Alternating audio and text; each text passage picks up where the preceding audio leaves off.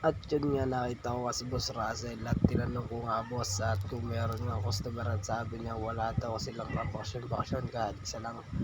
At medyo mataas nga daw yung tubig, hindi nga daw siya mapagpapasok kasi baka daw malunod, walang guard siya at lahat napasok sa structure. At yan nga mga idol. At meron kami bisita dito sa Hakuaholic mga idol, apat tao lang kasama sila mga idol. At eto nga, lahat ng kubo pinidyohan ko na nga para nakita ninyo at wala nga kami kabisita-bisita kung hindi isang grupo, apat na tao lamang sa isang kubo mga kaidol. At eto na nga, at medyo maganda nga yung ano at malinis naman siya kahit medyo malinis, sobrang linis naman. At eto nga, bisita namin na apat to, couple pa sana all.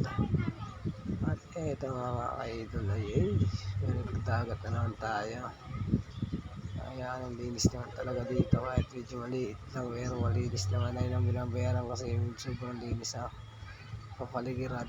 At ito nga pala yung rent namin ng tent. At ito, dito kami sa may tindahan ni Joby ay ito na nga at ito, shoutout sa kuya. At inalok pa ako dyan ng supas ng kuya, sabi ko sige lang po sir, nasupo po ako. At ito nga, ang lagay ng dagat ay maliligo sana nga ako mga idol, hindi nga ako nakapaligo at medyo malaki nga talagang adan at saka kayo malunod ay hindi ako mananoy, aray mo.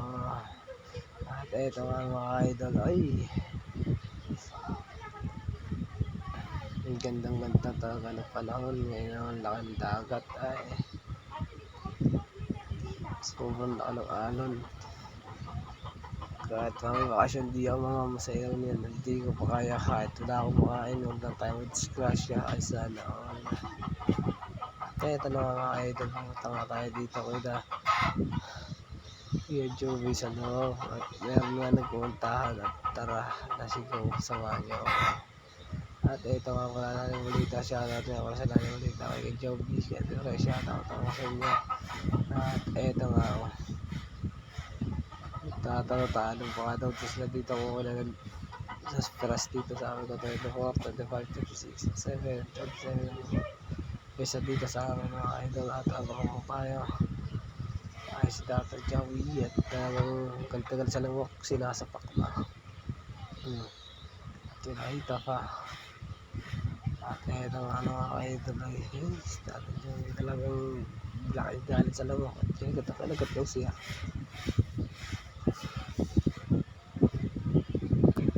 At ito nga naman, mahirap mo nagapa